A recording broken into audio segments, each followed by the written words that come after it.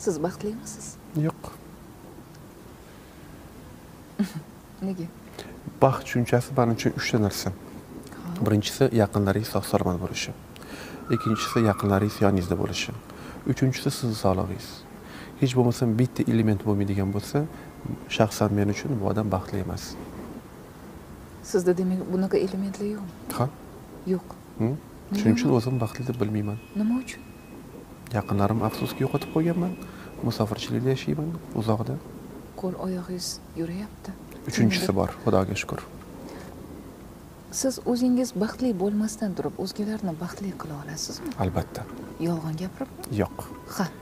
Ularga haqiqiy o'sha oldidagi bo'lgan baxtni qadrini bilishni o'rgatib qo'yishim mumkin. Jiddiylashamiz. Bu hayotga kelishingizni o'zi, yashayotganingizni o'zi baxt emasmi? Bo'lishi mumkin, lekin har birimizda baxt bu subyektiv tushuncha. Bundan oldin aytib o'tganimdek, Xudo xolisa uylangandan keyin aynan shu oldimda farzandim, men sevadigan inson yonimda bo'lganda, balkim o'sha paytda men baxtli bo'laman.